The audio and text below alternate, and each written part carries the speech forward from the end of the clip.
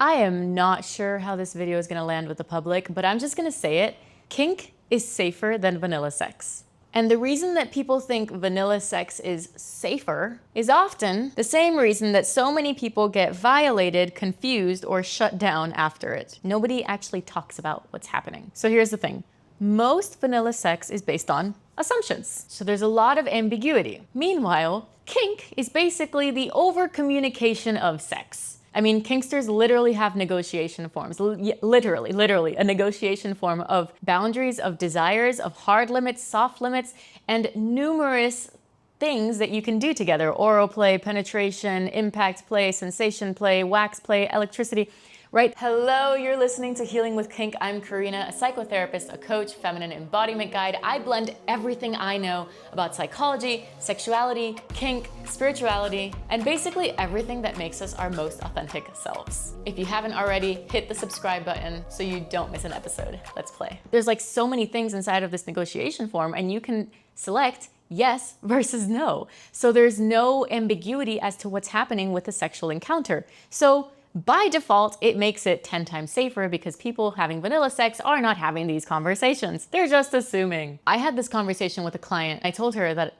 I don't have sex without a conversation first. Like, I would never just have sex without a conversation. And she looked at me baffled, like her eyes, her brain just blew up in that moment. And she was like, what? There's a world in which people have a conversation before sex? Like it just didn't occur to her. And to be fair, when I first started having sex and sex in my early 20s, I did not have conversations. I was very much so engaging in more vanilla-based sex in the sense that there were assumptions and you kind of just do it and you don't have a conversation about it. You don't have a conversation about boundaries, desires, about the meaning, about what you need to feel safe. You just kind of go with the flow. Don't recommend. There is construction going on and I really hope that my audio is not picking up on it, but someone has been drilling upstairs. Anyway, so at this point you might be wondering, all right, Karina, how do I begin the conversation with someone? Like, what's the fucking framework? I'm so glad you asked. There's a framework in BDSM called RBDSMA. R stands for relationship status. That's the first question you ask. You say, hey, what's your relationship status? Are you single? Are you in partnership? Are you in an open relationship? That helps you understand each other a bit more. Then we have B, boundaries. What are the boundaries? What do you not want to experience? What is completely off of the table? Someone might say, oh, I really don't want penetration, or I really don't want any anal play. I really don't want anything intense. I really want a slow experience. Could be anything. Then we go into D, desires. What do you want to experience together? What type of intimate play do you want to have? Do you want to soften and surrender and have your partner completely take the lead? Do you want to take the lead? Do you want to be more of the dominant archetype that really creates an experience? Do you want to switch? Do you want to have both? Do you want a specific type of touch? Do you want to be called certain things? That's your time to express all of your desires. Then we have S, sexual health. Really fucking important. I don't know how some people don't have this conversation, but when was the last time you were tested? How many partners have you been with since you were tested? Sexual health. Really important. And then we have M. What does this mean? Is this just a fun experience where you play and then you don't talk again? Is this a fun experience that you then explore because you're looking for something more long-term? What is the meaning of your encounter? And then we have A. That's probably my favorite. That's aftercare. That's where you get to say, hey, in order for me to feel super nourished after this experience, I really want to cuddle after sex. Or I really want to hop on a phone call tomorrow morning just to see how we're both feeling. Or, hey, it would actually mean the world to me if we never talked again. I really want to keep it for this night, for what it is, and go our separate ways because we both have partners and we're in open relationships. I don't know. I'm just creating circumstances here, but you get to decide what you want for aftercare and advocate for yourself. The reason that I think this is so important is because sex is so intimate. It's like you're so vulnerable. I can't imagine any other scenario where someone is as vulnerable as they are in sex because first of all, you're completely naked. You're opening up your body. You're allowing someone in your body, or maybe you're going into someone's body, and that's intimate. And so in that level of exposure, your nervous system needs something to be able to come back into stasis, to be able to come back to yourself. In intimacy, your oxytocin levels go all the way up, so there will be a drop unless you are actively doing something to nurture. And that doesn't mean it needs to be with that person. We can still calibrate our oxytocin levels with ourselves by having a beautiful conversation with a friend because storytelling elicits oxytocin.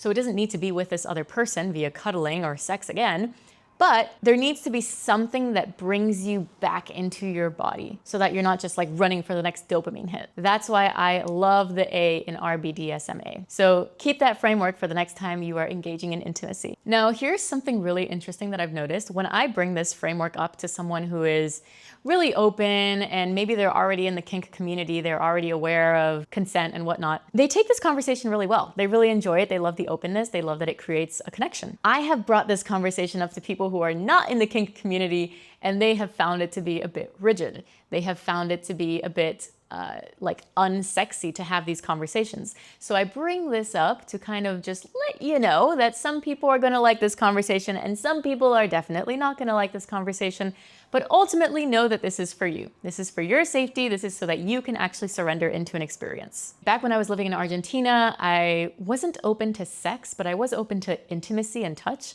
And I was having this conversation with a man that I wanted to have some intimacy and sensual play with. And I told him that the boundary was I didn't want to have sex, but I'm open to other things. And let's just say that the conversation did not go very well. He felt like it was very rigid. He didn't want any boundaries. He said, wow, like this is weird. Like I've never had to have this conversation before.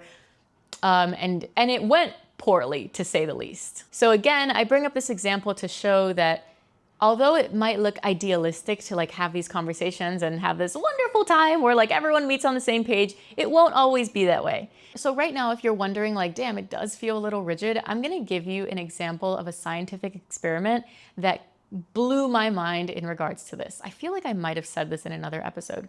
So in this research study, there were children inside of a park. So there was a park, here's the park. If you're watching me live, there was a park and then there was a fence around it. And all of the children were playing in the park.